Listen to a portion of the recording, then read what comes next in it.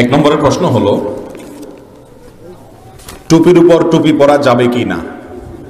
টুপির উপর আরেকটা টুপি পরা, বিশেষ করে শীতের সময় টুপির উপর আবার কান টুপি পরার প্রয়োজন হয়।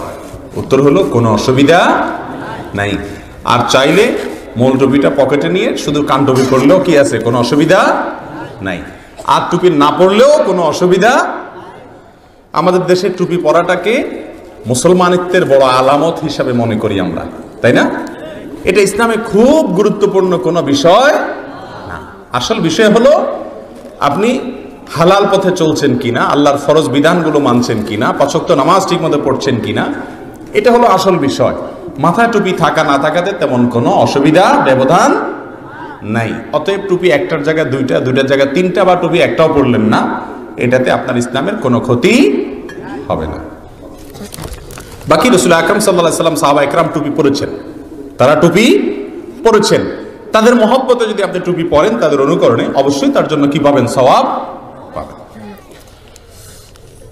নামাজের বৈঠকে তাশাহুদের সময় সঠিকভাবে হাত তোলার নিয়মটা বলবেন।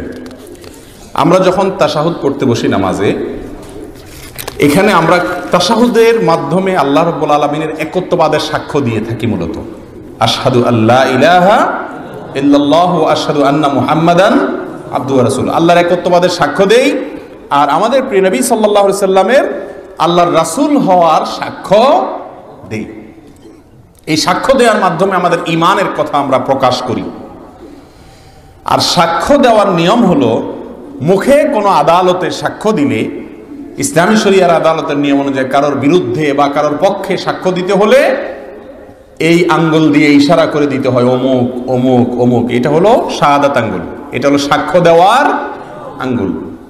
এই জন্য আমরা যখন তাশাহুদ পড়ি নামাজের মধ্যে, আত্তাহিয়াতুল্লাহি পড়ি, তখন আমাদের এই সাক্ষ্য দেওয়ার সময় আশহাদু আল্লা ইলাহা ইল্লাল্লাহু আশহাদু আন্না মুহাম্মাদান আবদুহু ওয়া রাসূলুহু, আবার এটা বলার সময় আঙ্গুল উঠানোটা সুন্নাত।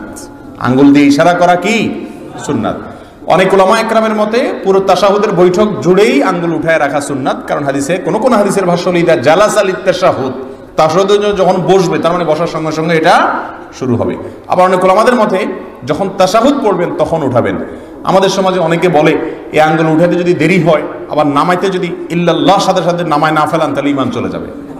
এরকম অনেক হাস্যকর কথা অনেকে বলেন। এই কথার কোনো ভিত্তি, ঈমান এত ঠুনকো না যে আঙ্গুলের ইশারায় শেষ হয়ে যাবে।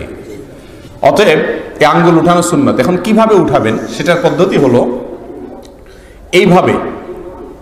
একেবারে 7ই মার্চে বঙ্গবন্ধু যেভাবে ভাষণ দিয়েছিলেন, সেই চিত্র সবাই চোখের সামনে আছে না? বঙ্গবন্ধু 7ই মার্চের সময় যে ভাষণ দিয়েছেন, যেভাবে আঙ্গুল যেভাবে ছিল হুবহু ওইভাবে থাকবে। শুধুমাত্র বঙ্গবন্ধুর আঙ্গুল উপরের দিকে ছিল। নামাজে বৈঠকের সময় আপনার আঙ্গুল রানের উপরে থাকবে, আঙ্গুলটা বরাবর উঠানো থাকবে, এভাবে। কথা বুঝে আসছে? এরপর আপনার তাশাহুদ শেষ হয়ে গেল, আপনি আবার হাতকে স্বাভাবিক করতে পারবেন। কথা বুঝাতে পারছি? জি। এটা নারী পুরুষ সকলের জন্য আঙ্গুল দিয়ে হাত ইশারা করা। সন্ধ্যাবেলা টাকা দেওয়া জায়েজ কিনা? সন্ধ্যাবেলা টাকা দিলে কোনো লাভ ক্ষতি হবে কিনা?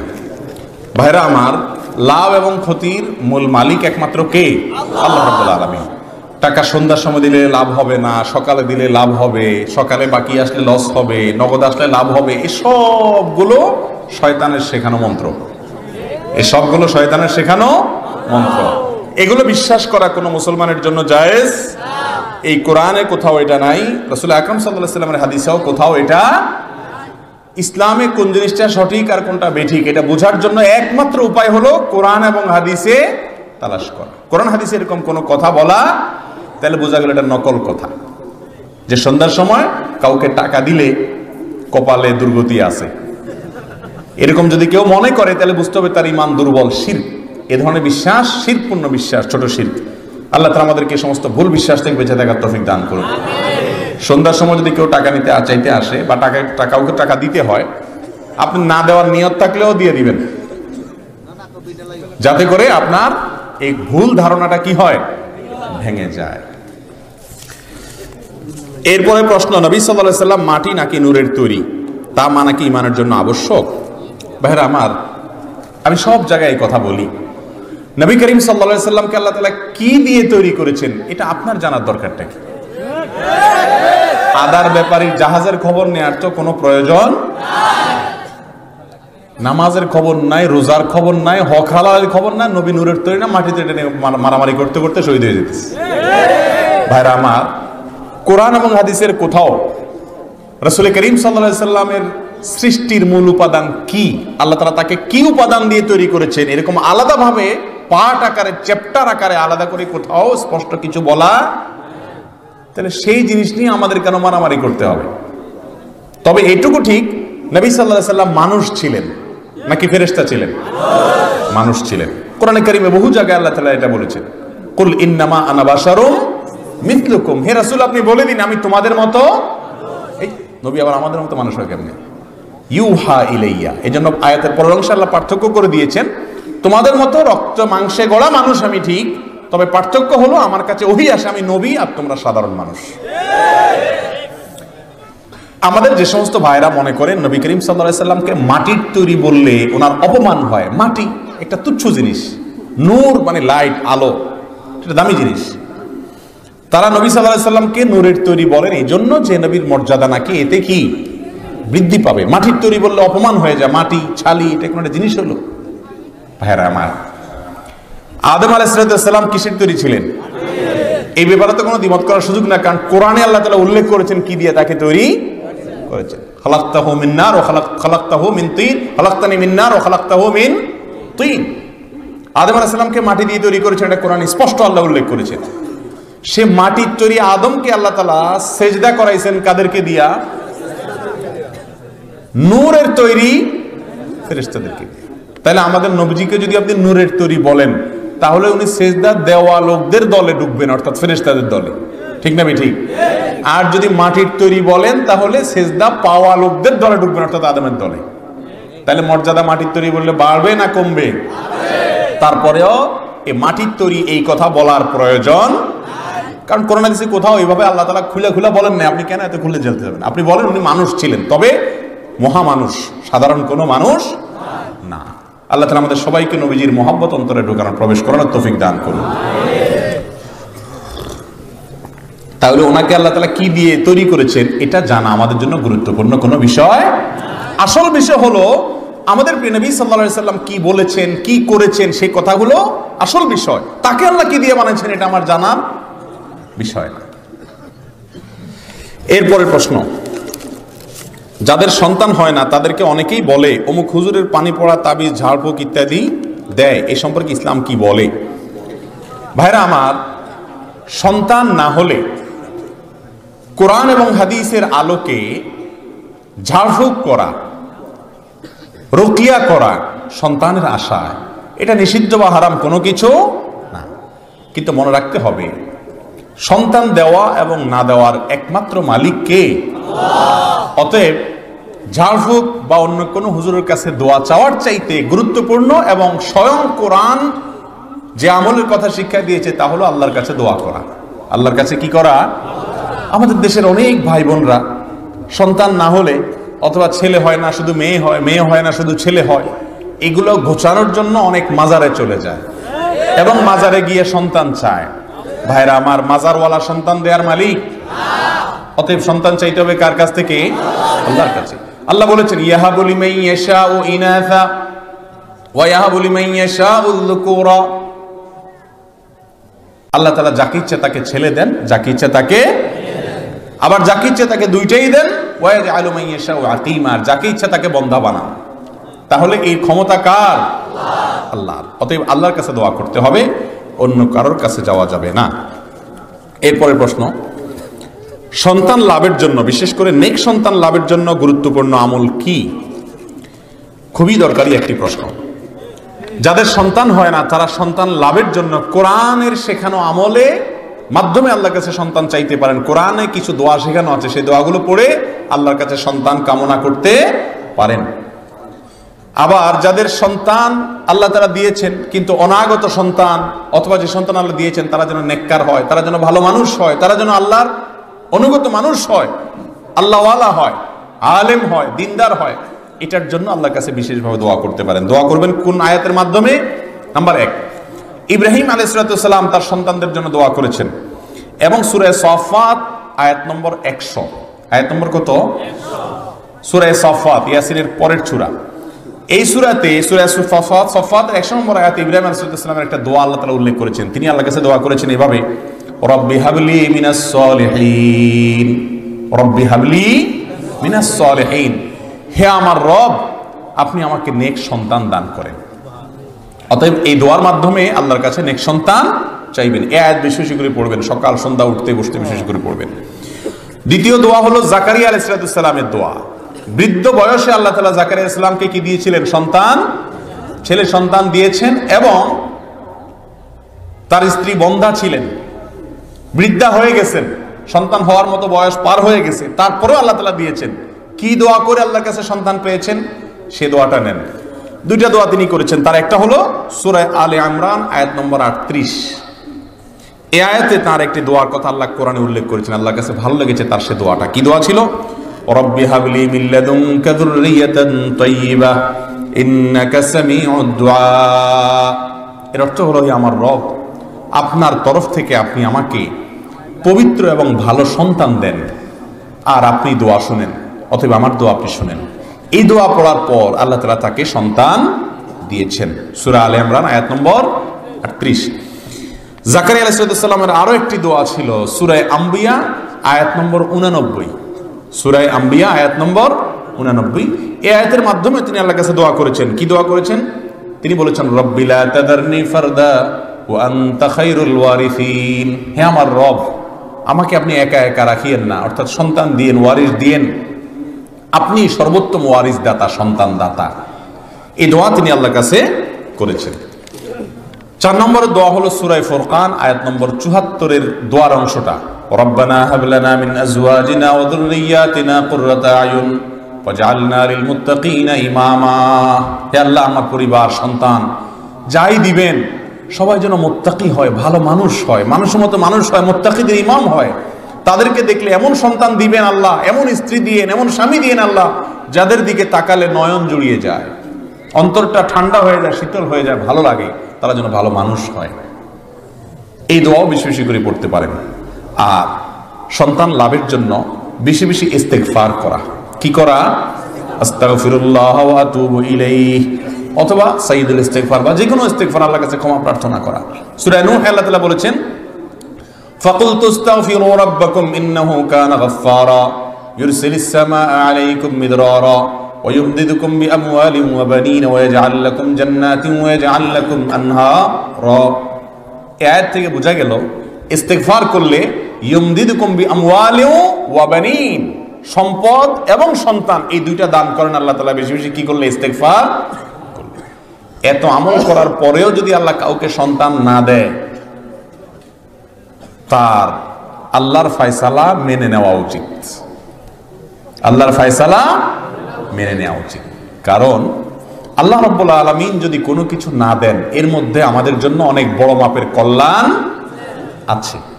ছোট বাচ্চারা অনেক সময় বুঝে না, মা বাপ তাদেরকে অনেক কিছু দেয় না। মোমবাতিটা সে ধরতে চায়, মা বাপ দেয় না, জোরাজুরি করে, না দিলে কান্নাকাটি করে। বাচ্চার কান্নার স্টাইল দেখে বোঝা যায় সে ছোট মানুষ, ভাষা নাই, মুখে বলতে পারে না। যদি সে বলতে পারতো হয়তো বলতো যে আমার মা বাপের মতো এরকম পাষাণ, এত খারাপ মানুষ পৃথিবীতে আছে, একটা বাচ্চা মানুষ, আমি একটু মোমবাতিটা ধরতে চাইছি, আগুনটা তো দিল না। কি বলেন? মা বাবার না দেওয়াটা বাচ্চার কল্যাণে না অকল্যাণে? সে যত অস্থির হোক, যত কান্নাকাটি করুক, তার জন্য না দেওয়াটাই ভালো। সন্তান আল্লাহ তাআলা দিলেন একটা বিকলাঙ্গ অথবা অমানুষ, অথবা এমন সন্তান যে সন্তান হওয়ার পর আপনি বলতেন আল্লাহ এটা হওয়ার চাইতে না হওয়া, অথবা আল্লাহ তাআলা সন্তান দুনিয়াতে দিলেন না, বিনিময়ে জান্নাত দিয়ে দিলেন। লস প্রজেক্ট না লাভের প্রজেক্ট? শুধু কি লাভ? লাভের উপরে লাভ। এই জন্য আল্লাহর ফয়সালা মেনে নেওয়া এটা বড় ধরনের একটা পরীক্ষা। আল্লাহ তাআলা আমাদেরকে উত্তীর্ণ হওয়ার তৌফিক দান করুন। এরপরে প্রশ্ন, গান বাজনা হালাল না হারাম? কোন মাযহাবে বা কোন তরিকায় কি গান আছে কিনা? মাজারে বা পীরের গায়ে সিজদা দেওয়া যায় কিনা? তাজিমি সিজদা বলে কোনো সিজদা আছে কিনা? অনেকে বলে পীর সাহেবকে তাজিমি সিজদা করা যায়। ভাইরা আমার, তাজিমি সেজদা মানে হলো সম্মানসূচক সেজদা। অনেকে মনে করে আদম আলাইহিস সালামকে আল্লাহ তাআলা সেজদা দেওয়ার নির্দেশ করেছেন কাদেরকে? ফেরেশতাদেরকে। সেই সেজদা ছিল আদম আলাইহিস সালামের প্রতি সম্মান প্রদর্শনমূলক সেজদা। আমাদের দেশের অনেক ভাইরা বলেন যে আদমকে যদি ফেরেশতারা সেজদা করতে পারে তাহলে আমরা আমাদের পীর সাহেবরে সেজদা করতে অসুবিধাটা কি? এটার উত্তর হলো যে আদম আলাইহিস সালাম কি আমাদের জন্য অনুসরণীয় নবী? ওনার শরীয়ত অনুযায়ী চলবো আমরা, না মুহাম্মদ সাল্লাল্লাহু আলাইহি ওয়াসাল্লামের শরীয়ত অনুযায়ী চলবো? আর মুহাম্মদ সাল্লাল্লাহু আলাইহি ওয়াসাল্লামের শরীয়তে আল্লাহ রাব্বুল আলামিন সম্মানার্থেও কাউকে সেজদা করার কোনো অনুমতি, পৃথিবীর সবচেয়ে বড় সম্মানের পাত্র হলেন স্বয়ং রাহমাতুল লিল আলামিন, তাকে কোন সাহাবীরা সম্মান করে সেজদা দিয়েছেন? তাহলে বোঝা গেল সম্মানসূচক সেজদা এটাও শিরক। এটাও আমরা কোরআনে কারীমের একটি সূরা, সূরা ফাতিহা প্রতি রাকাতে পড়ি, ইয়্যাকা না'বুদু ওয়া ইয়্যাকা, আল্লাহ আপনারই ইবাদত করি, আপনারই ইবাদত করি। সেজদা এটা ইবাদত না? ইবাদত না। অতএব এটা শুধুমাত্র কাকেই করতে হবে? আল্লাহকে। এরপরের প্রশ্ন, যেহেতু আমি জেনারেলের ছাত্র, অনেক কারণে মেয়েদের সাথে কথা বলতে হয়, এটা জায়েজ কিনা, অথবা সামাজিক যোগাযোগের মাধ্যমে চ্যাট করা যাবে কি না, মেসেঞ্জার বা ইমোতে? মেয়েদের সাথে চ্যাট করা কেন লাগবে? যদি আপনি ছাত্র মানুষ হন, পড়াশোনা বিষয়ে কোনো লেনদেন, কোনো আদান প্রদান, কোনো কথাবার্তা, কোনো আইডিয়া শেয়ারিং করার প্রয়োজন হয়, একান্তে করবেন না। হয়তো গ্রুপ স্টাডি হচ্ছে অনলাইনে, সেখানে ছেলে মেয়েরা আছে, সেখানে যদি আপনার পর্দা রক্ষা করে কোনো আইডিয়া শেয়ার করতে চান, করতে পারেন। অন্যথায় একাকী নির্জনে কথা বলা, যেটা ফিতনার দিকে নিয়ে যাবে, মনের মধ্যে বাজে চিন্তা নিয়ে আসবে, সমাজ অস্থির হবে, অশান্তির দিকে যাবে, সেটা কোনো অবস্থাতে জায়েজ। আপনার শুধুমাত্র ক্লাসমেট মেয়ে ছাত্রী আছে, ছাত্র নাই। নিয়ম হলো মেয়েরা মেয়েদের সাথে, ছেলেরা ছেলেদের সাথে আলাপ করবে এবং আইডিয়া শেয়ার করবে। ভাইরা আমার, এই কথাগুলো শুনলে আমাদের ভালো লাগে না। হুজুররা সব ওল্ড, সব সেকেলে, পুরান আমলের। এখন জগৎ কোথায় চলে গেছে হুজুরদের খোঁজ খবর নাই। এখন হলো ভাব, শেয়ারিং, কেয়ারিং।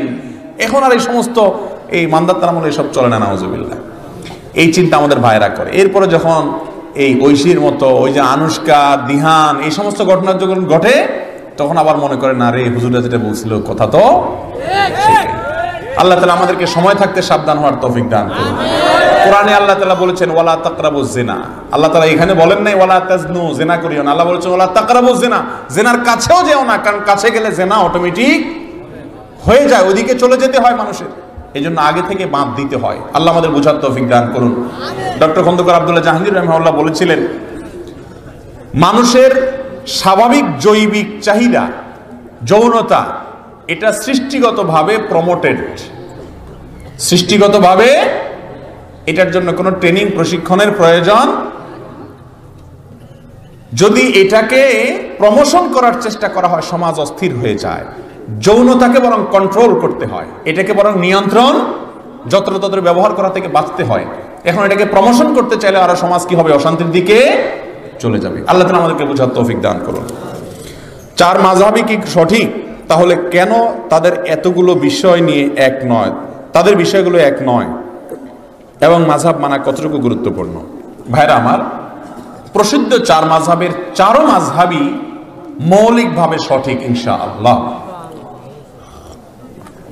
এই বিষয়ে সারা বিশ্বে আহলে সুন্নাত ওয়াল জামাতের কোন আলেমের, কোন ইমামের দ্বিমত নাই যে প্রসিদ্ধ চার মাযহাবের চারো মাযহাবই কি সঠিক।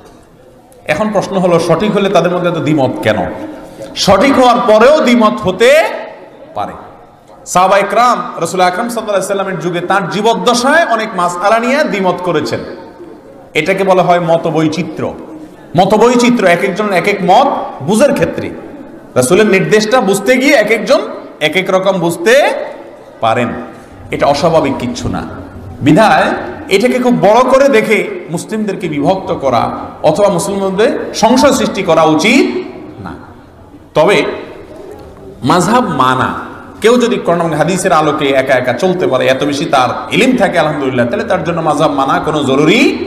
কিন্তু আপনি সাধারণ মানুষ হিসাবে কোরআন এবং হাদিসের সবকিছু যদি আপনার জানা না থাকে, কোনো না কোনো আলেমের মাধ্যমে অবশ্যই আপনি আল্লাহ এবং তার রাসূলের ফয়সালা জানতে হবে। বিয়েতে উকিল দেওয়া এবং দেনমোহর নির্ধারণ করার ব্যাপারে বিস্তারিত জানতে চাই। ভাইরা আমার, বিয়ের মধ্যে কোনো উকিল টুকিলের কোনো প্রয়োজন নাই। এটা একটা অযথা কাজ আমাদের দেশের প্রায় বেশিরভাগ এলাকাতে প্রচলিত আছে। বিয়েতে ছেলে হোক আর মেয়ে হোক, দুই পক্ষের গার্ডিয়ান হিসাবে তাদের বাবা, বাবা না থাকলে বড় ভাই অথবা চাচা অথবা দাদা, কোনো একজন পুরুষ মানুষ, তিনি অভিভাবকত্ব করবেন। মেয়ের বাবা বলবে আমার মেয়েকে আমি বিয়ে দিচ্ছি, তিনি নিজেই মেয়ের বিয়ের ক্ষেত্রে বলতে পারে উকিল, বিয়ে সম্পাদন করতেছেন তিনি। বাবা বেঁচে থাকতে আবার মাঝখান থেকে আরেকজন আসে, তার নাম উকিল তো উকিল, আবার উকিল বাবা। উকিল তো উকিল আবার সাথে কি লাগায়? বাবা। কয় বাপ থাকে একজন মানুষের? যেমন জীবন্ত জলজন্ত বাপ থাকতে আবার আরেক বেটার বানায় উকিল বাবা বানাচ্ছে। এ উকিল বাবা বানানোর পরে মেয়েরা ওই বিয়েতে যে উকিল বাবা থাকে সারা জীবন বাবার মতো তার খেদমত করা লাগে, তার সাথে পর্দার বিধান আছে বলে মনে করে না। এগুলো সব হারাম। বিয়েতে কোনো উকিল বাবার প্রয়োজন, বলিষ্ঠভাবে সমস্ত উকিল বাবা টাবা এগুলো সব বাদ দিবেন। সরাসরি বাপ থাকতে, বাপ না থাকলে ভাই, মাঝখান থেকে আরেকজন এসে উকিল বাবাগিরি করার কোনো প্রয়োজন নাই, এটা ভুল। জারজ সন্তানের পিছনে নামাজ পড়া জায়েজ আছে কিনা? কোন সন্তানের জন্ম যদি অবৈধভাবে হয়, ওই সন্তানের কোনো দোষ নাই, তার পিছনে নামাজ পড়লে নামাজ হয়ে যাবে। কিন্তু সমাজে যদি জানাশোনা হয়ে যায়, তার পিছনে নামাজ পড়তে মানুষের যদি নেফরত হয়, মানুষ যদি বিব্রত বোধ করে, তাহলে সেক্ষেত্রে সেই স্বার্থে অনেক ওলামা ইকরাম বলেছেন তাদেরকে ইমাম না বানানোই উত্তম। তবে তাদের পিছনে নামাজ পড়লে কোনো অসুবিধা। একজন মানুষ তার জন্ম যদি অবৈধভাবেও হয়, তারপরও তিনি চাইলে আল্লাহর নিকটবর্তী বান্দা হতে। আবার অনেকের জন্ম সঠিকভাবে হয়েছে, কিন্তু সে যখন নেকামল করবে না, সে আল্লাহর অপছন্দের মানুষ বান্দা হতে পারে কি পারে না? এই জন্য কার জন্ম কিভাবে হয়েছে এটা মুখ্য না, কে নিজে কি কাজ করেন এটা হলো মুখ্য। শুনেছি নামাজে বা ওযুতে মুখে বলা নিয়ত বলতে কিছু নেই, সত্যতা কতটুকু? ভাই, নিয়ত মানে ইচ্ছা। নিয়ত মানে কি? ইচ্ছা। অনেকে বলে যে আগামী বছর আমরা হুজুর আপনাকে আমাদের মাহফিলে দাওয়াত দেওয়ার নিয়ত করছি। এই নিয়ত করার মানে হলো মনে মনে আমরা ইচ্ছা করছি। নিয়ত শব্দের অর্থ কি? ইচ্ছা। আচ্ছা, ইচ্ছা এটা কি মুখে করে না মনে করে? কথা বলেন। ইচ্ছা কি মানুষ মনে মনে করে না মুখে দিয়া করে?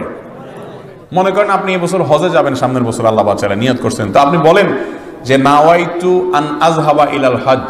শুনছেন কোনোদিন এরকম? হজে যাওয়ার নিয়ত শুনছেন কোনোদিন আপনারা?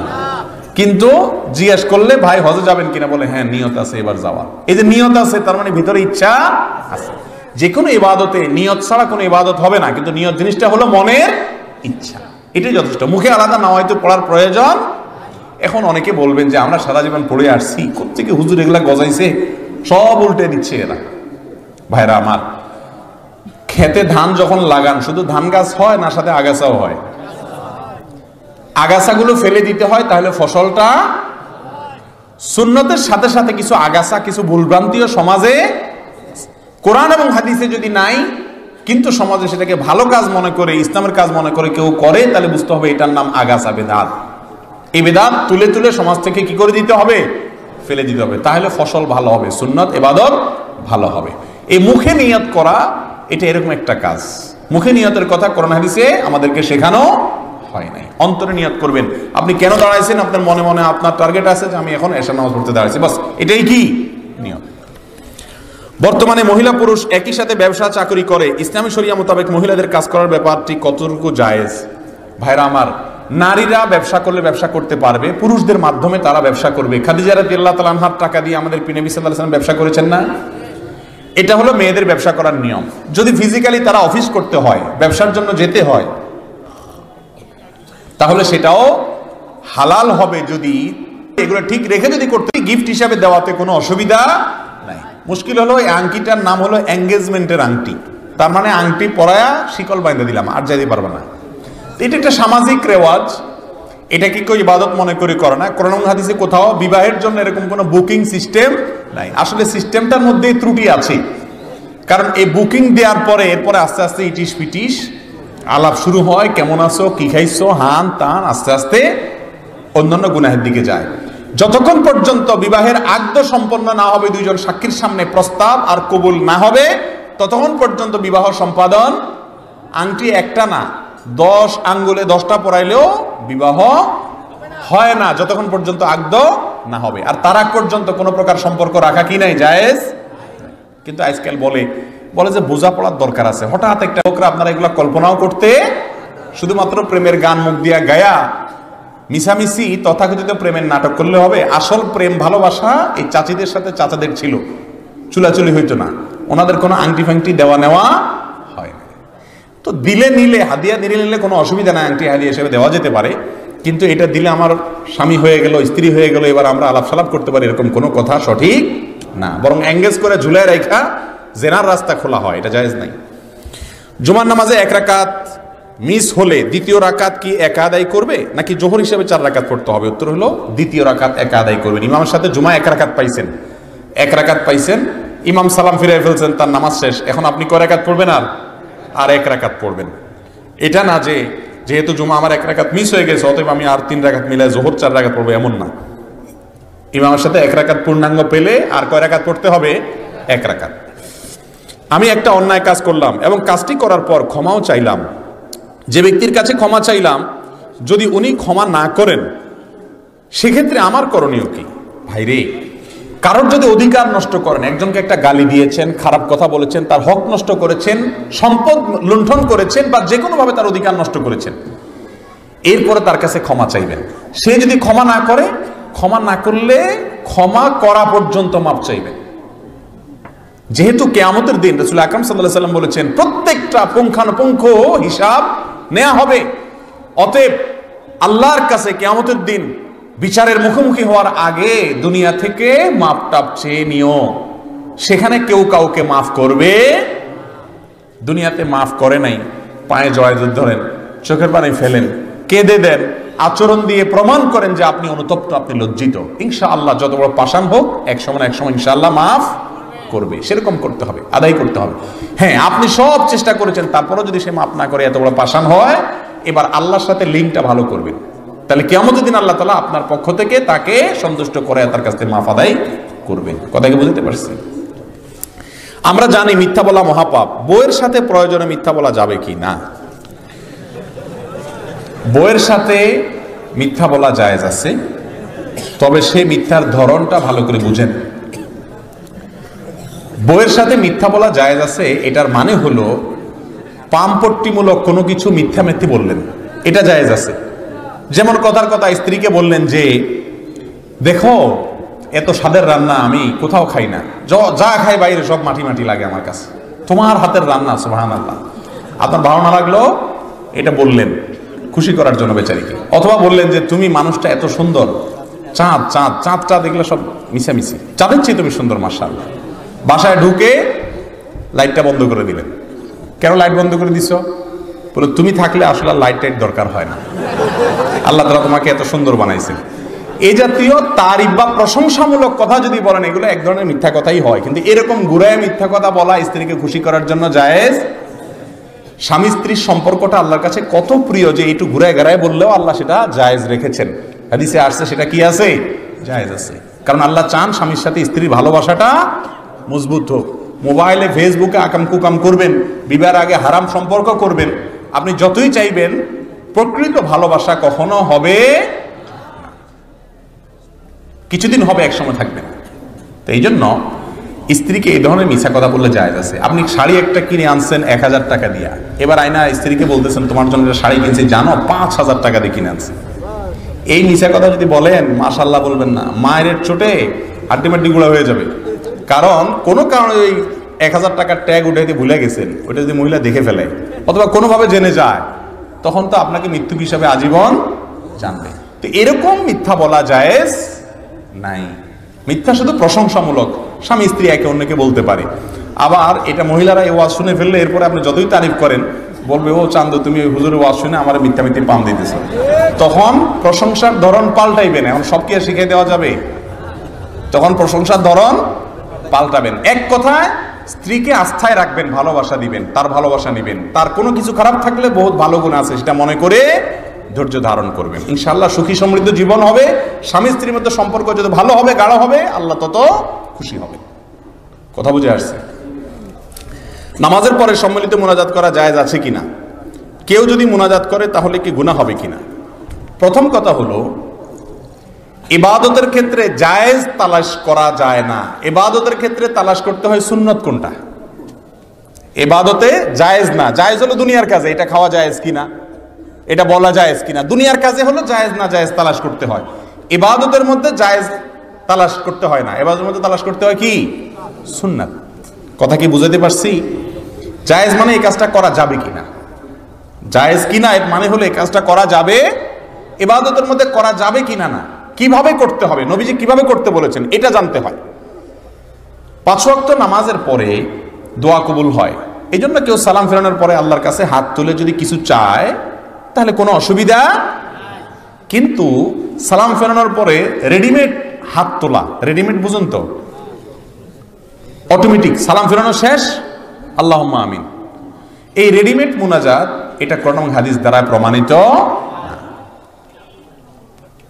সালাম ফেরানোর পরে মুসল্লি সহ ইমাম সাহেব সহ সবাই মূলত কিছু দোয়া জিকির করবে, আস্তাগফিরুল্লাহ আস্তাগফিরুল্লাহ আস্তাগফিরুল্লাহ আল্লাহুম্মা আনতাস সালাম ওয়া মিনকাস সালাম, আর অনেক দোয়া আছে, এগুলো পড়বে, এগুলো সুন্নাত।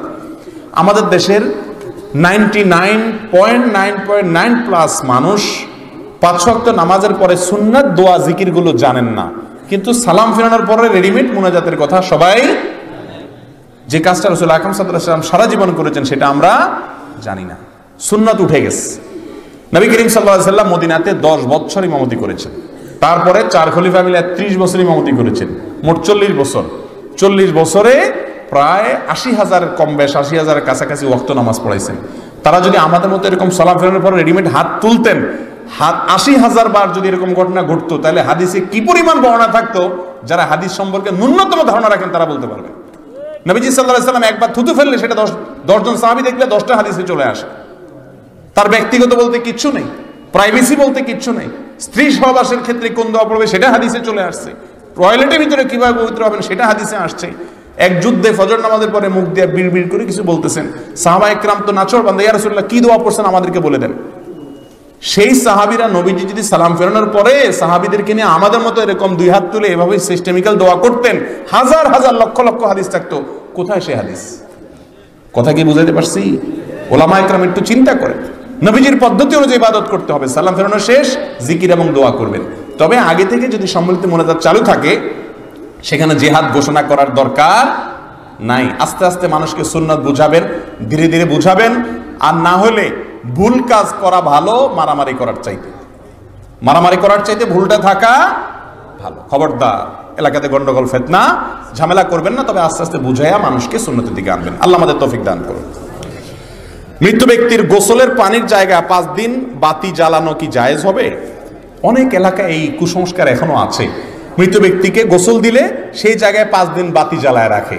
এটা সম্পূর্ণ কুসংস্কার এবং শয়তানি কর্মকাণ্ড, এটা করা জায়েজ নাই, এটা করা যাবে না। মৃত ব্যক্তিকে গোসল দিলে সেখানে বাতি জ্বালাইতে হয় এরকম কথা কোরআন হাদিসের কোথাও নাই, এটা ফালতু কথা, মন গড়া কথা। বর্তমানে ইসলামী সঙ্গীতে যে বাদ্যযন্ত্র বাজানো হয় তা শোনা জায়েজ হবে কিনা? ভাইরা আমার, আমরা আলোচনাতে বলেছি শুরুতে, বাদ্যযন্ত্র ব্যবহার যদি করা হয়, গানের কথাতে যত ভালো কথা হোক, এমনকি যদি কোরআনের আয়াতও তেলাওয়াত করা হয় আর সাথে বাদ্যযন্ত্র যুক্ত করা হয়, তাহলে সেটা হালাল না হারাম? কারণ মাআজিফ বাদ্যযন্ত্রকে রাসূল আকরাম সাল্লাল্লাহু আলাইহি ওয়াসাল্লাম বলেছে এটা হারাম করা হয়েছে, কিয়ামতের আগে মানুষকে হালাল মনে করবে। যার কারণে বাদ্যযন্ত্র এটা যদি কোনো তথাকথিত ইসলামিক গানে যুক্ত হয়, সে গান শোনাও জায়েজ। আমি কোনো প্রতিষ্ঠানের নাম নিচ্ছি না, তবে আপনাদেরকে আমি দায়িত্ব নিয়ে বলছি, ম্যাক্সিমাম 99% তথাকথিত ইসলামী গান, বাংলা হোক ইংরেজি হোক, এগুলোর পেছনে ব্যাকগ্রাউন্ডে মিউজিক আছে, খুব সূক্ষ্ম, অনেক সময় বোঝা যায় না, শুনতে আমাদের কাছে ভালো লাগে, আমরা শুনি, কিন্তু মিউজিক আছে, বিষ মিশাই দিছে সাথে। আল্লাহ তাআলা আমাদেরকে এগুলোকে বর্জন করার তৌফিক দান করুন। এই জন্য এগুলো যত শুনবেন তত অন্তরে মুনাফিকি তৈরি হবে, ঈমান থেকে দূরে সরবেন। আল্লাহ তাআলা আমাদেরকে হিম্মত দান করুন হারামকে না করার জন্য। সুন্নতি বিবাহ পদ্ধতি সম্পর্কে জানতে চাই। এটা তো 1 ঘন্টার ওয়াজ, এটা নিয়ে ইউটিউবে আমাদের একটা আলোচনা আছে, সংক্ষেপে একটু বলি। সুন্নতি বিয়ের পদ্ধতি হলো, মেয়ে খুঁজবেন দিনদার, পয়সাওয়ালা না।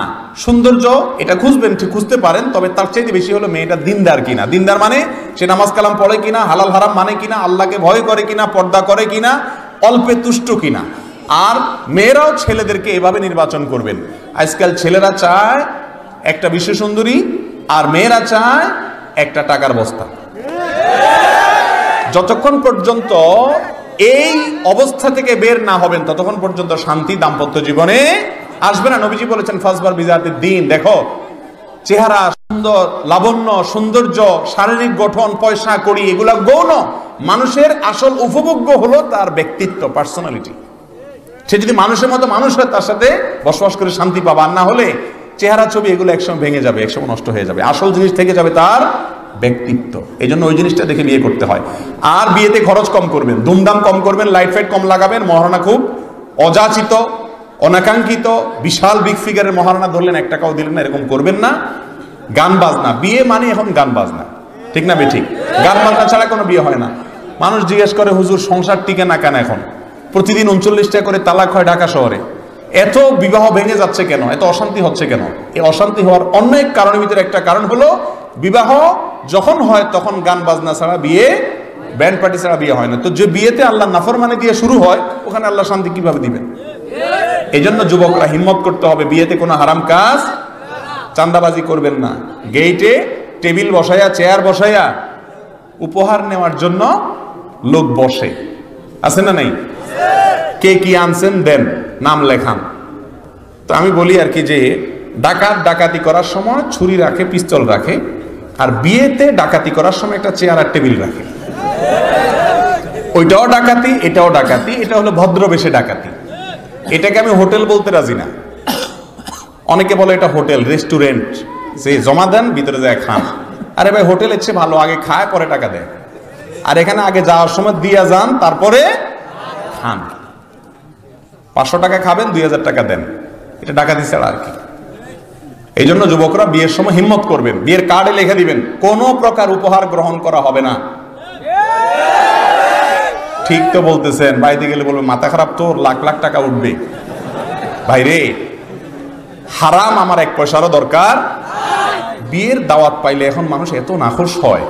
কিছু দাওয়াত আছে এগুলো পাইলে মানুষের মুখটা কালো হয়ে যায়। মধ্যবিত্তের কথা বা গরিব, আমাদের মতো গরিব মানুষের কথা বলতেছে। আকিকার দাওয়াত, বিয়ের দাওয়াত, এটার মানে হলো বেচারার মুখটা কালো। মরা দাওয়াতে আবার খুশি হয়, কারণ সেখানে কিছু দেওয়া লাগে না। কিন্তু বিয়ের আকিকা মানে হলো এখানে দণ্ডি, জরিমানা। পরিবারের সদস্য 3 জন 500 করে 1500 নয় খাইলো, কিন্তু 5000-এর নিচে দেওয়া, বাকি 3500 লস। তো এইভাবে ওই বেচারা বাধ্য হয়ে আনে। কারণ যেভাবে গেইটে আপনি খাতা কলম নিয়ে বসছেন, খালি হাতে গেলে চোখ গোড়ায় গোড়ায় তাকাবে, এটা কি দাওয়াতে আসছে না বিনা দাওয়াতে আসছে? ভাইরা আমার, এটা উচিত না। যুবকরা হিম্মত করেন, এই সমস্ত অনাচার, সামাজিক অনাচারের বিরুদ্ধে আমাদের দাঁড়াইতে হবে। হ্যাঁ, বিয়ের মধ্যে কেউ হাদিয়া দিতে পারে, কোনো অসুবিধা নেই। হাদিয়া হবে, যাহা আসে সাদিয়া তাহা হলো হাদিয়া। যাহা আসে সাদিয়া তাহা হলো হাদিয়া। আপনি চেয়ার টেবিল নিয়ে, খাতা কলম নিয়ে ভাই কি আনছেন দিয়া যান, এরপর ভিতরে ঢুকেন। মুখে তো আর বলে না, আচরণ দ্বারা এরকম করেন, তাহলে এটা কোনো হাদিয়া হতে পারে না, চাঁদাবাজি। আল্লাহ তাআলা আমাদেরকে এগুলোর থেকে বেঁচে থাকার তৌফিক দান করুন। কিয়াম করা হাদিস দ্বারা কতটুকু প্রমাণিত? ভাই, কিয়াম শব্দের অর্থ দাঁড়ানো। হাদিসে দাঁড়ানো নিষেধ নাই। ওই যে অনেক ভাই দাঁড়ায় আছে, সব কিয়াম করতেছে, কোনো অসুবিধা নেই। কিন্তু মিলাদ পড়তে পড়তে, নবীজির প্রতি দুরূদ পাঠ করতে করতে দাঁড়ায় যেতে হবে, এমন কোনো কথা হাদিসে বলা। আপনারা নামাজের মধ্যে দুরূদ পড়েন কি পড়েন না? দুরূদ পড়তে পড়তে দাঁড়ায় যান, কেন দাঁড়ান না? কারণ দুরূদ যদি বসে বসে পড়েন তাহলে বসে বসে পড়তে পারেন, কোনো অসুবিধা। আবার যখন দাঁড়ানো অবস্থায় পড়েন, দাঁড়ানো অবস্থায়ও পড়তে পারেন। কিন্তু বসা অবস্থায় দুরূদ শুরু করলে এক পর্যায়ে দাঁড়ায় যেতে হবে। এটা যদি জরুরি হতো তাহলে নামাজের মধ্যেও দুরূদ পড়তে পড়তে এক পর্যায়ে দাঁড়ায় যাওয়া লাগতো কি লাগতো না বলেন? আচ্ছা, দুরূদ পড়া বড় না কোরআন শরীফ পড়া বড়? কোরআন কারীম পড়া বড় না? দুরূদ পড়া লাগলে, তখন যদি দুরূদ পড়তে পড়তে দাঁড়ায় যাওয়া লাগে, তাহলে কোরআন পড়ার সময় তো ফ্যানে ঝুলে থাকতো, ওটাতে ইচ্ছেইতে বড়। এগুলো ভুল ধারণা আমাদের। আল্লাহ আমাদেরকে সঠিকটা গ্রহণ করার তৌফিক দান করুন। বিদআতটা ছাড়ার জন্য হিম্মত লাগে, সঠিক যেটা শুনবেন গ্রহণ করতে হবে। হিল্লা বিবাহ জায়েজ আছে কিনা? হিল্লা বিবাহ হারাম। লাআনাল্লাহুল মুহাল্লিলা ওয়াল মুহাল্লাল লাহু। রাসূল আকরাম সাল্লাল্লাহু আলাইহি ওয়াসাল্লাম বলেছেন, হিল্লা বিয়ে যারা করে, যার জন্য করে, ওর প্রতি আল্লাহর গজব নাজিল হয়। এটা জায়েজ নাই। 3 তালাক যদি দিয়ে দেন, ওর সাথে আর ঘর করার চিন্তা করবেন না, তার সাথে আর ঘর করার চিন্তা করবেন না, অন্য বিকল্প চিন্তা করবেন। হিল্লা করে এই কন্ট্রাকে বিয়ে করা, এটা অত্যন্ত নিকৃষ্ট, জঘন্য একটা হারাম, গুনার কাজ। সকালবেলা ঝাড়ু দিলে নাকি ঘরে রহমতের ফেরেশতা আসে, এটা কি ইসলামের শরীয়তে জায়েজ আছে কিনা? ফেরেশতার সাথে ঝাড়ুর কোনো সম্পর্ক নাই। ঘরে ময়লা আবর্জনা থাকলে আপনি ঝাড়ু দিবেন, দিনেও দিতে পারেন, সন্ধ্যাও দিতে পারেন, রাতেও দিতে পারেন। অনেক সময় মহিলারা বলে যে রাতে কি দিতে হয় না, ঝাড়ু দিতে হয় না। এটা হাদিসে আছে, এটা ঠিক, রাতে ঝাড়ু দিতে হয় না, তবে এটা রাসূলের হাদিস না, এটা হলো মহিলাদের হাদিস, হাদিসুন নিসা। কথা বুঝে আসছে? আমাদের মা খালারা, মা চাচিরা অনেক সময় বলে যে রাত্রে ঝাড়ু দিতে হয় না, প্লেট ধুইয়া পানি রাত্রে বের করতে হয় না। এগুলো সব মন গড়া কথাবার্তা। আরো বেশি বেশি করে ফেলবেন, বেশি বেশি করে ঝাড়ু দিবেন। আবার মা বাবা চাচির সাথে বেয়াদবি করেন না, বুঝাইয়া নিবেন ইনশাআল্লাহ। প্রেম করে বিয়ে করা জায়েজ আছে কিনা, মেয়েকে ভাগিয়ে নিয়ে বিয়ে করা জায়েজ আছে কিনা? ভাই, বিয়ে করা কি ভালো কাজ না খারাপ কাজ? ভালো কাজ। তো ভালো কাজে আবার ভাগতে হবে কেন? ভাগে তো চোরে, ভাগে কে? চোরে। তো যেই যুবক মেয়েকে নিয়ে ভেগে গিয়ে বিয়ে করে, ও তো বিয়ে করে না, ও তো চোর। কথা ঠিক না ঠিক বলেন? বিয়ে তো একটা ইবাদত, সবের কাজ, ভালো কাজ। এখানে আবার ভাগতে হবে কেন? বুক ফুলাইয়া বাপের বেটার মতো, বুক ফুলানো দরকার নাই, বুক ফুলালে মানুষ জামাই অহংকারী। বিনয়ের সাথে বিয়ে করবেন, আবার মেয়ের নিয়ে পালাবেন কেন? পালানো মানে তো লক্ষণ খারাপ। এই পালানোর বিয়ে জায়েজ, এগুলা গুনাহ। ভাইরা আমার, যৌবনের ভ্রম, বয়সের সমস্যা। এই জন্য যৌবন বয়সে হারাম থেকে বাঁচার জন্য হিম্মত লাগে, হিম্মত, সৎ সাহস লাগে। মনে রাখেন, অসময় ইটিস পিটিস করবেন, সময়ে শান্তি পাবেন না। ধৈর্য ধারণ করেন, মোহাব্বত সব জমা দেন, জমা রাখেন, বৈধ বিয়ে হবে, সব ভালোবাসা একসাথে ছাড়বেন স্ত্রীকে। এমন মোহাব্বত হবে এক ডোজে কিয়ামত মরণ পর্যন্ত ইনশাআল্লাহ ভালোবাসা থাকবে। আর ভালোবাসা বিয়ের আগে থেকে খরচ করবেন, খরচ করতে করতে করতে করতে আস্তে আস্তে আকর্ষণ কমতে কমতে বিঘর্ষণ হয়ে যাবে। বিয়ের পরে 2 দিনের ভিতরে 3 দিনে দুইজনের রাস্তা দুই দিকে হয়ে যাবে। এরপর আর ভালোবাসা খুঁজে পাবেন না। এই জন্য দেখবেন না যে ভালোবাসার ট্রেনিং দেয় যে নায়ক নায়িকা, এগুলা বিয়ের সকালে একটা ভাঙা, বিকালে একটা ভাঙে। কারণ হলো আগে থেকে এই তথাকথিত ভালোবাসা বিলাইতে বিলাইতে সময় মতো আর ভালোবাসা থাকে না। যুবক ভাইয়েরা, ভালোবাসারে জোগাড় করে রাখেন বৈধ স্ত্রীকে উপহার দেওয়ার জন্য। পৃথিবীর সবচেয়ে শ্রেষ্ঠ প্রেমিক হলো বিবাহের পরে স্বামী এবং স্ত্রীর যে প্রেম থাকে, সে প্রেম। আল্লাহ আমাদেরকে তৌফিক দান করুন। অনেকে বলে জেনা থেকে বাঁচতে হস্তমৈথুন করা জায়েজ আছে, এই সম্পর্কে কিছু বলুন। না, এ কথা এভাবে সঠিক নয় ভাইরা আমার। হস্তমৈথুন করা, হাত দিয়ে বীর্যপাত করা, এটা জঘন্য অপরাধ এবং হারাম। অনেক যুবক ভাইরা গোপনে গোপনে হারাম কাজটি করছেন, অত্যন্ত জঘন্য অপরাধ। আল্লাহ তাআলা বলেছেন, ফামান ইবতাগা ওয়ারাআ যালিকা ফাউলাইকা হুমুল আদুন। স্ত্রীর মাধ্যমে যৌন চাহিদা চরিতার্থ ছাড়া এবং বৈধ পদ্ধতি ছাড়া অন্য যতভাবে মানুষ যৌন চাহিদাকে মিটায়, সেটা হাত দিয়ে হোক, অন্য কোনো ভাবে হোক, এই সবগুলোকে আল্লাহ বলেছেন এরা সবাই সীমা লঙ্ঘনকারী, এটা হারাম। কোন অবস্থাতে হস্তমৈথুন জায়েজ। হস্তমৈথুনের এই বদভ্যাস থেকে অনেক যুবকরা বাঁচতে চায়, কিন্তু পেরে ওঠে না। এই পেরে ওঠার জন্য কি করতে হবে? 1 নম্বর কাজ হলো নির্জনতা পরিহার করতে হবে। একা একা থাকা যাবে না। একা একা যত বেশি থাকবেন তত বেশি শয়তান মনের ভিতরে বাজে চিন্তা আনবে, কারো না কাউকে সাথে রাখবেন। 2 নম্বর হলো হারাম জিনিস দেখা বন্ধ করতে হবে। মোবাইল ফরম্যাট করে ফেলতে হবে, নেটের আইডি ডিঅ্যাক্টিভ করে ফেলতে হবে প্রয়োজনে। ফেসবুকে হারাম থেকে বেঁচে থাকার জন্য এই সাহসগুলো লাগে। ইমান যখন জজবা আসবে, সাথে সাথে হিম্মত করে এগুলো করে ফেলবেন, আল্লাহর রহমতের কোলে চলে যাবেন ইনশাআল্লাহ। নাম্বার 3, আল্লাহর কাছে একটু একাকী দোয়া করবেন। আল্লাহ, আমি পারতেছি না, শয়তান আমাকে কুপকাত করে ফেলতেছে, আল্লাহ আপনি সাহায্য করেন। এই কাজগুলো করলে ইনশাআল্লাহ এই বদভ্যাসের বিরুদ্ধে আপনি সংগ্রাম করতে পারবেন। হস্তমৈথুন জায়েজ নেই। যারা বলেছেন যে জেনা থেকে বাঁচার জন্য জায়েজ আছে, এটা কোন কোন ইমামগণ বলেছেন ওই ব্যক্তির জন্য যে ব্যক্তি এমন কোন জায়গায় আছে যে এখানে তার জেনা হয়েই যাবে, নির্জন একটা কক্ষে, কথার কথা জেলখানায়, অথবা এমন কোন জায়গা যেখানে জেনার হাতছানি চতুর্দিকে, সে কোনোভাবে বাঁচতে পারতেছে না, তখন সে নিজেকে রক্ষা করার জন্য যদি করে, সেটাকে অনেক ওলামা ইকরাম জায়েজ বলেছেন। এখন জেনা থেকে বাঁচার জন্য করা যাবে এই কথা বলে আপনি সকাল বিকাল আল্লাহ মাফ করুক হারাম কাজ করবেন, সেটা কোনো আলেমই পৃথিবীতে বলে নাই। যদি কোনো স্বামী তার স্ত্রীকে বিশ্বাস করে তাকে বাড়িতে রেখে প্রবাসে চলে যায়,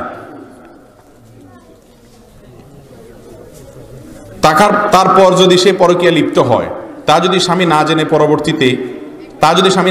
পরবর্তীতে তার স্বামীর কাছে স্বীকার করে, তাহলে স্বামী যদি মাফ করে দেয় তাহলে সংসার করা হালাল হবে কিনা? হালাল হবে সংসার, কোনো অসুবিধা না। তবে এখানে একটা দরকারি বিষয় বলি, সেটা হলো অনেক স্বামী স্ত্রী এ ভুলটা করেন। বিবাহের আগে যদি কোনো অন্যায় হয়ে থাকে, স্বামী স্ত্রী একে অন্যকে সেটা শেয়ার করা উচিত না। অনেক স্বামী আছে অযথা মেয়েকে জিজ্ঞেস করে তোমার সাথে অন্য কারো সম্পর্ক ছিল কিনা, বলো, আমি মনে কিছু করব না, আমি তোমাকে মাফ করে দিব। আমি তখন মহব্বতের চোটে মহিলা বলে ফেলায়। আমার কাছে একজন ফোন দিছে যে ভাই আমাকে বলে ফেলছে সে, আমি তো আগে ওয়াদা করছি মাফ করে দেবো, কিন্তু এখন তো আর তার সাথে আমার ঘর করতে ইচ্ছা করতেছে না। শয়তানি কাজগুলা করা, এই জন্য সমস্ত বাজে চিন্তা করবেন না। একই কাজ মেয়েরাও করানোর সময় সন্দেহ করা করি, এগুলো দাম্পত্য জীবন অশান্তির প্রধানতম কারণ। আপনি মনে করবেন ইনশাআল্লাহ আমার স্ত্রী পৃথিবীর সবচেয়ে ভালো মেয়ে, সচেতন থাকবেন, সাবধান থাকবেন, সতর্ক থাকবেন, কিন্তু তাই বলে তাকে নিয়ে সন্দেহ করতে যাবেন না। যদি কোনো কারণে জেনা হয়ে যায় তাহলে এই কারণে সম্পর্ক ছিন্ন হয়ে যাবে না। সরকারি চাকরিতে ঘুষ দিয়ে নেওয়া হলে পরবর্তীতে যে টাকা আয় করা হয় তা হালাল হবে কিনা? ঘুষ দিয়ে যদি কেউ চাকরি নেয়, ঘুষ দিয়ে চাকরি নেওয়াটা গুনাহের কাজ, কিন্তু পরবর্তীতে তার উপার্জন কি হবে? ইনশাআল্লাহ হালাল হবে, কারণ পরবর্তীর উপার্জনটা হবে তার শ্রমের বিনিময়ে পারিশ্রমিক, এটাতে অসুবিধা নেই। প্রবাসে গিয়ে যদি কফিলের সমস্যার কারণে পরিস্থিতির শিকার হয়ে টাকার কারণে যদি অবৈধ হয়ে যায়, পরে যে টাকা আয় করা হবে তা হালাল হবে কিনা? হবে ভাই। প্রবাসী ভাইয়েরা প্রবাসে গেছেন, অবৈধ হয়ে গেছেন নানা কারণে, আপনার সেখানে অবৈধভাবে বসবাস করা এটা গুনাহের কাজ। একটা ইসলামিক রাষ্ট্র বা যে কোনো একটা রাষ্ট্রের শৃঙ্খলা নষ্ট করলেন আপনি, কিন্তু আপনার উপার্জনটা এর কারণে কি হয়ে যাবে না? হারাম হয়ে যাবে না, কারণ আপনার উপার্জনটা হচ্ছে শ্রমের বিনিময়ে পারিশ্রমিক। যদি ভালো বৈধ ক্ষেত্রে আপনি উপার্জন করেন কোনো অসুবিধা নাই, জায়েজ হবে। আল্লাহকে পেতে হলে নাকি একজন পীর ধরতে হয়, এটা ইসলামী শরীয়তে কি বলে? পীরকে ধরতে হবে এরকম কোনো কথা ইসলামে নাই যে পীর ধরা ছাড়া আল্লাহকে পাওয়া যাবে না। আল্লাহকে পেতে হলে আল্লাহ কোরআনে বলছেন ওয়াবতাগু ইলাইহিল ওয়াসিলা, ওয়াসিলা ধরো। ওয়াসিলা মানে হলো নেকামল করা, কোরআন হাদিস অনুযায়ী চলা, আল্লাহর নির্দেশ অনুযায়ী চলা, এগুলোর মাধ্যমে আল্লাহর নৈকট্য অর্জন করা যাবে। ওসিলার এই ব্যাখ্যাই মুফাসসিররা করেছেন। অতএব কোনো পীর ধরতে হবে না আল্লাহকে পাওয়া যাবে না, এমন কোনো কথা সঠিক না, ভুল কথা এগুলো। ওলামাদের অনুসরণ করবেন সেটা ভিন্ন কথা। প্রবাসী অবৈধ প্রবাসীর এটা বলেছি। গলায় কাটা লাগলে আমাদের দেশে কিছু কিছু মানুষ বলে বাদশার নাম নিলে নাকি চলে যায়, এটা জায়েজ কিনা? এটা সম্পূর্ণ ভুল কথা ভাই। বাদশা এত খারাপ হয়ে যায় নাই যে তার নাম শুনলে কাটা চলে যাবে, এগুলো সব অযথা কথাবার্তা। কাঁটা যদি গলায় লেগে যায় ডাক্তারের কাছে যাবেন, চিকিৎসা করবেন, তবে কিছুক্ষণ কাল পরে, নির্দিষ্ট একটা সময়ের পরে কাঁটা, ছোটখাটো কাঁটা এমনিই নেমে যায়, না হলে ডাক্তারের কাছে যাবেন যদি বড় কাঁটা হয়। একটা আমলের কথা অনেকে বলেন ফালাউলা ইদা বালাগাতিল হুলকুম, এই আয়াত পড়ে ফু দিলে, কাউকে দিয়া মুখে ফু দেওয়াইলে আল্লাহ তাআলা দূর করে দেন, এরকম অনেকে বলেন। এটা ঝাড়ফুঁক, রুকিয়া, কোরআন হাদিসে কোনো বলা হয়েছে এমন কিছু না। তবে কোনো বাচ্চা টাচ্চার নাম নিবেন না, বাচ্চা টাচ্চার নাম নিলে বরং কাঁটা আরো বেশি সময় থাকার সম্ভাবনা আছে, কারণ এটা ভুল কাজ, কোরআন হাদিসে এরকম বলা হয়নি। হঠাৎ ভয় পেলে আমাদের দেশে মা চাচিরা বলেন দায়ের আগায় নুন খেতে হয়, এটা ঠিক কিনা? দাও এর আগা নুন লাগায়া খাইতে হয় ভয় পাইলে, মা চাচিরা বলেন। এগুলো সবগুলো কুসংস্কার, এগুলা সবগুলো আপনার মেড বাই ইবলিস, এগুলো সব শয়তানের তৈরি করা। কোরআন হাদিসে এরকম কোনো কথা বলা হয় নাই। ভয় পাইলে আল্লাহর কাছে সাহায্য চাইবেন।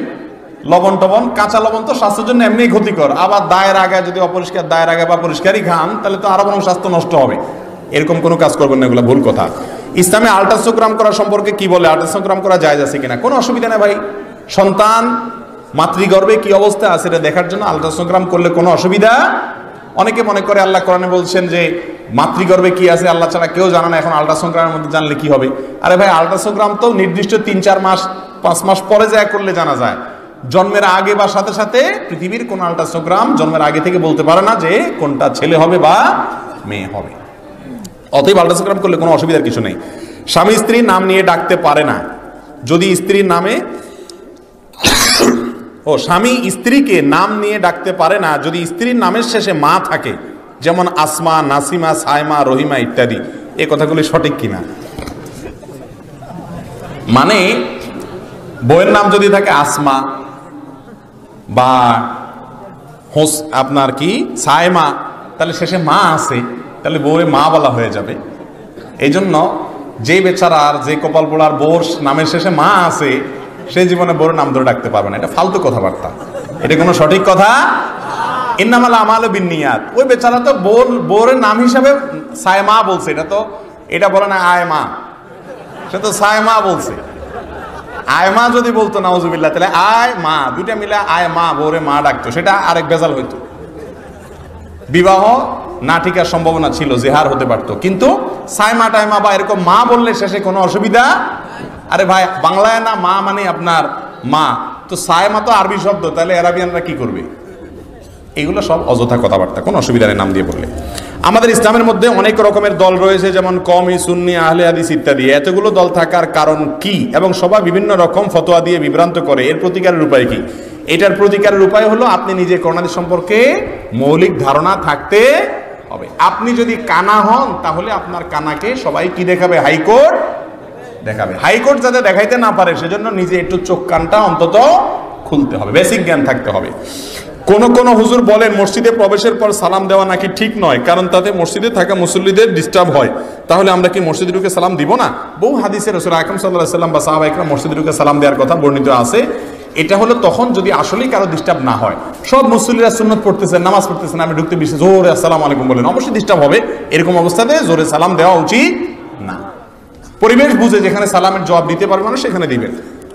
কবরের পাশ দিয়ে খাওয়ার সময়, যাওয়ার সময় আমরা কিভাবে সালাম দেব? কবরের পাশ দিয়ে যাওয়ার সময় বিশেষ কোনো পদ্ধতি নেই। কবরের যে দোয়া আছে, জিয়ারতের দোয়া, সালামুন আলাইকুম দারা কওমিল মুমিনিন ওয়া ইন্না ইনশাআল্লাহু লাহিকুন, যে সমস্ত হাদিস দোয়া আছে কবর জিয়ারতের, এগুলো যাওয়ার সময় পাশ দিয়া পড়ে চলে যাবেন।